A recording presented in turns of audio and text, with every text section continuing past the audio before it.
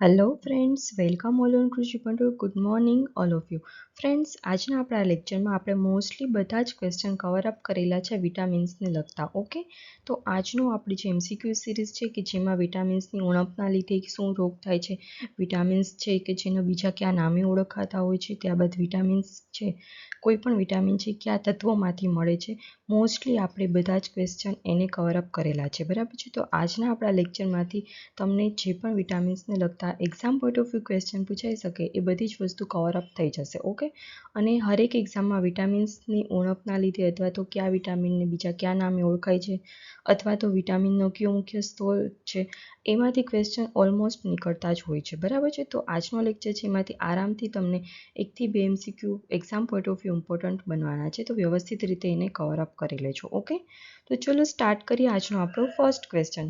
તો first question છે કે ગોઈટરનો રોગ એ શેની ઉણપથી થાય છે? તો ગોઈટરનો જે રોગ છે એ આયોડિનની ઉણપથી થતો રોગ છે. બરાબર છે, અને આ જે ગોઈટરનો રોગ હોય છે એ આયોડિનની ઉણપથી સર્જાતો હોય છે. તો આ કે આપણે જે મતલબ હોય છે મનુષ્ય હોય છે એ લોકોને જો ગોઈટર ગ્રંથિ ગળામાં આવેલી હોય છે. બરાબર છે, તો જ્યારે આયોડિનની ઉણપ સર્જાતી હોય છે એના લીધે જે આપણી ગોઈટર ગ્રંથિ હોય છે એ ફૂલી જતી હોય છે, અને ગળામાં આપણને જે ગોઈટર ગ્રંથિ હોય છે એ ફૂલી જવાથી બહાર ઉપસેલી દેખાતી હોય છે. અને એનું મુખ્ય રીઝન શું છે? તો કે આયોડિનયુક્ત ખોરાકની ઉણપના લીધે.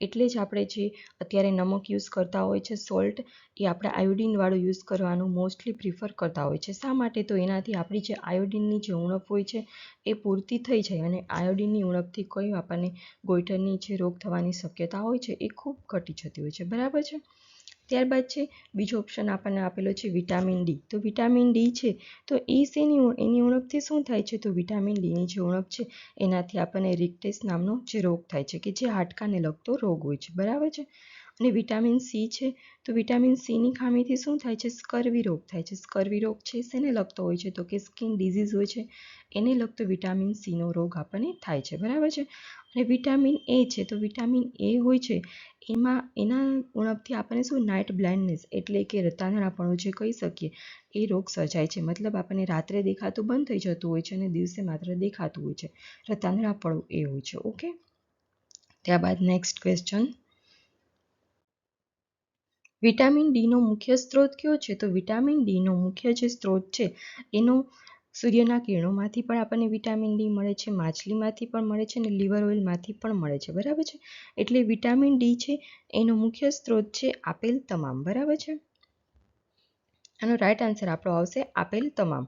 અને જે વિટામિન ડી છે કે જેને આપણે બીજા કયા નામે ઓળખીએ છીએ? તો કે વિટામિન ડી છે કે જેને આપણે કેલ્સીફેરોલના નામે ઓળખીએ છીએ. અને મેં તમને અગાઉ પણ જેમ જણાવ્યું એમ કે વિટામિન ડી હોય છે એની ઉણપથી રિક્ટેસ નામનો રોગ થાય છે કે જે હાડકાને લગતો એક પ્રકારનો રોગ છે. બરાબર છે, ત્યારબાદ આગળ વાત કરીએ, વિટામિન ડીની ઉણપથી કયો રોગ થાય છે? તો આપણે આગળના ઓલમોસ્ટ બધા ક્વેશ્ચનમાં જોઈ જ લીધું છે કે રિક્ટેસ નામનો રોગ વિટામિન ડીની ઉણપથી થાય છે. બરાબર છે, ગોઈટર છે આયોડિનની ઉણપથી થાય છે, રતાંધણાપણું છે વિટામિન એની ઉણપથી થાય છે. બરાબર છે, અને એનિમિયા છે એ B12 હોય છે એની ઉણપથી પણ થતો હોય છે, અને ફોલિક એસિડની ઉણપથી પણ થતો હોય છે. બરાબર છે, એનિમિયા.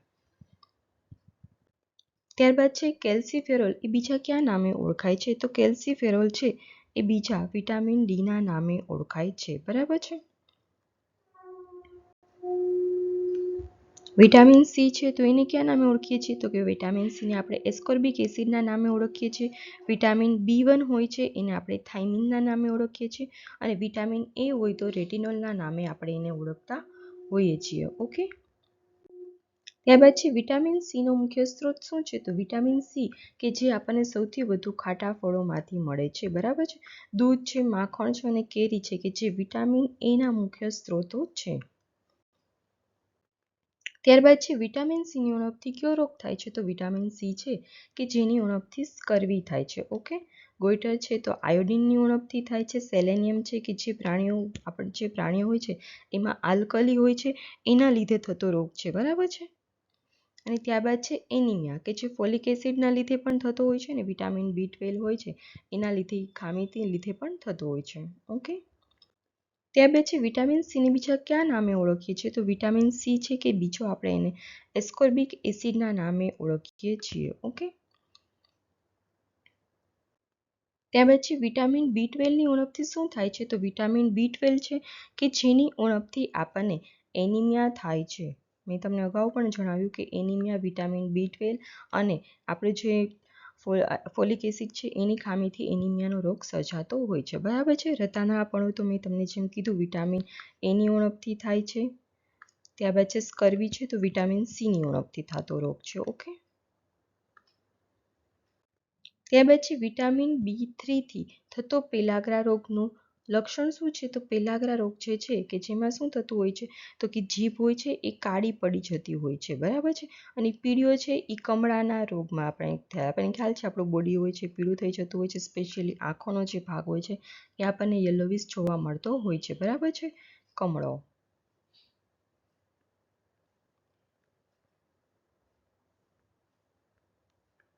અને ગોઈટર છે તો એમાં મેં તમને ફર્સ્ટ ક્વેશ્ચનમાં જ જેમ સમજાવ્યું એવી રીતે ગળાની ગ્રંથિ જે છે એ ફૂલી જતી હોય છે. આપણી ગોઈટર નામની જે ગ્રંથિ આવેલી હોય છે તે, અને એ આયોડિનની ઉણપથી ગોઈટર રોગ સર્જાતો હોય છે. ઓકે. ત્યારબાદ નેક્સ્ટ વિટામિન એની ખામીથી કયો રોગ થાય છે? તો વિટામિન એની ખામીથી રતાંધણાપણાનો રોગ થાય છે. આપણે આગળ આ ક્વેશ્ચનનું મેં તમને સમજાવી દીધું છે. બરાબર છે. અને વિટામિન સી છે એનાથી સ્કર્વી થાય છે. ગોઈટર છે એ આયોડિનની ઉણપથી થાય છે. અને એનિમિયા છે એ ફોલિક એસિડથી થાય છે. ઓકે. ત્યારબાદ છે વિટામિન એના મુખ્ય સ્ત્રોતો ક્યાં છે? તો વિટામિન એના જે મુખ્ય સ્ત્રોતો છે એમાં દૂધ આવે છે, કેરી પણ છે એના સ્ત્રોત. સારું એવા પ્રમાણમાં કેરીમાંથી વિટામિન એ મળે છે. અને ગાજર છે કે જેમાંથી પણ વિટામિન એ ખૂબ સારા પ્રમાણમાં મળે છે. માટે આપણો રાઈટ આન્સર આવશે આપેલ તમામ. ઓકે. ત્યારબાદ છે વિટામિન એમાં કયું તત્વ રહેલું છે? તો વિટામિન એ કે જેમાં રેટિનોલ રહેલું છે. બરાબર છે. એસ્કોર્બિક એસિડ છે વિટામિન સીમાં રહેલું છે. ત્યારબાદ છે કોબાલોમાઇન કે જે વિટામિન B12માં રહેલું આપણને જોવા મળે છે. ઓકે. ત્યારબાદ છે નેક્સ્ટ ક્વેશ્ચન કે વિટામિન B1ની ખામીથી બીજા કયા નામથી ઓળખાય છે? તો વિટામિન B1 જે છે એને આપણે બીજા કયા નામથી ઓળખીએ છીએ? તો કે રિબોફ્લેવિન, થાઇમિન કે રેટિનોલ. તો વિટામિન જે B1 છે કે જેને આપણે બીજા થાઇમિનના નામથી ઓળખીએ છીએ. બરાબર છે. B1 thiamine. ઓકે. જે વિટામિન B1 છે કે જેને આપણે થાઇમિનના નામથી ઓળખીએ છીએ. બરાબર છે. ઓકે, સોરી, વિટામિન B1ને થાઇમિનના નામથી ઓળખીએ છીએ ને એના ખામીથી આપણને બેરીબેરીનો રોગ થતો હોય છે. બરાબર છે. અને જે વિટામિન B1 છે એના મુખ્ય સ્ત્રોત ક્યાં છે? તો કે એના મુખ્ય જે સ્ત્રોત હોય છે એમાં છે રાઈસ. પણ રાઈસ કેવા? કે જે પોલિશિંગ કરેલા રાઈસ હોય છે એમાંથી આપણને મળે છે. ત્યારબાદ છે એગમાંથી મળે છે, મીટમાંથી મળતું હોય છે. એમાંથી આપણને વિટામિન B1 કે ખૂબ સારા પ્રમાણમાં જોવા મળતું હોય છે. બરાબર છે. ત્યારબાદ છે વિટામિન, અહીંયા સ્કર્વી આપેલું છે. બરાબર છે. તો વિટામિન સીને આપણે સ્કર્વીના નામથી ઓળખીએ છીએ. અને એનિમિયા કે જે ફોલિક એસિડની ખામીથી થતો રોગ છે. આપણે અગાઉ પણ એ વાતની ચર્ચા થયેલી છે. ઓકે. તો ત્યારબાદ છે નેક્સ્ટ વંધ્યત્વપણું એ કયા વિટામિનની ખામીથી સર્જાય છે? તો વંધ્યત્વપણું કે જેને વિટામિન ઈ છે કે જેની ખામીથી સર્જાય છે. ઓકે. અને જે આ વિટામિન ઈ છે એને બીજા આપણે કયા નામથી ઓળખીએ છીએ? તો કે ટેકોફેરોલના નામથી ઓળખતા હોઈએ છીએ. ઓકે. તો ફ્રેન્ડ્સ, આજની આપણે MCQ સિરીઝ હતી કે જેમાં આપણે મોસ્ટલી જે વિટામિન છે એની ખામીથી કયા પ્રકારના રોગો સર્જાય છે એના વિશેની વાત કરેલી હતી. બરાબર છે. તો આપણે આવતીકાલની જે MCQ સિરીઝ હશે એમાં આપણે હોર્ટિકલ્ચરના ક્રોપ વિશેની વાત કરીશું. બરાબર છે. આજ તો આપણું વિટામિનને લગતું જ મોસ્ટલી બધું કવર અપ કરેલું છે, કેમ કે એક્ઝામમાં આમાંથી ક્વેશ્ચન પૂછાઈ શકે છે. અને પાસ્ટ યરના જે પણ ક્વેશ્ચન છે એમાં પણ વિટામિનની ખામીથી જે પણ રોગ સર્જાય છે અથવા તો વિટામિનને કયા નામથી ઓળખાવાનું છે અથવા તો એના બીજા સ્ત્રોતો ક્યાં છે એમાંથી ક્વેશ્ચન્સ નીકળેલા છે, જેના લીધે આજે સ્પેશિયલી આ વિટામિનને લગતું તમારા માટે MCQ સિરીઝ લઈને આવેલું છું. આમાંથી ઘણા ક્વેશ્ચન છે કે જે આપણે અગાઉ રિપીટ ક્યાંક ને ક્યાંક થયેલા છે, કે આપણે MCQ સિરીઝમાં આવી ગયા છે, પણ આજનો જે લેક્ચર છે એમાં તમને એક ફોર્મેટમાં મળી જશે બધા જ. એ હેતુથી હું તમારા માટે બધા જ વિટામિન્સને લગતા ક્વેશ્ચન એક આપણી જે MCQ સિરીઝ છે એમાં જ લઈને આવેલી છું. ઓકે. તો ફ્રેન્ડ્સ, આપણી કૃષિ ભંડોળ છે, આપણી જે ચેનલ છે એને લાઇક કરો, શેર કરો અને સબસ્ક્રાઈબ કરો. ઓકે. અને જે પણ નવા ફ્રેન્ડ્સ જોડાય છે એ લોકોને જો આપણી ટેલિગ્રામ ચેનલમાં જોડાવવું હોય તો લિંક છે ડિસ્ક્રિપ્શન બોક્સમાં આપેલી છે, તો તેને યુઝ કરીને તે લોકો જોડાઈ શકે છે. ઓકે. તો ફરીને મળીશું નવા વિડીયોઝમાં. ત્યાં સુધી થેન્ક યુ.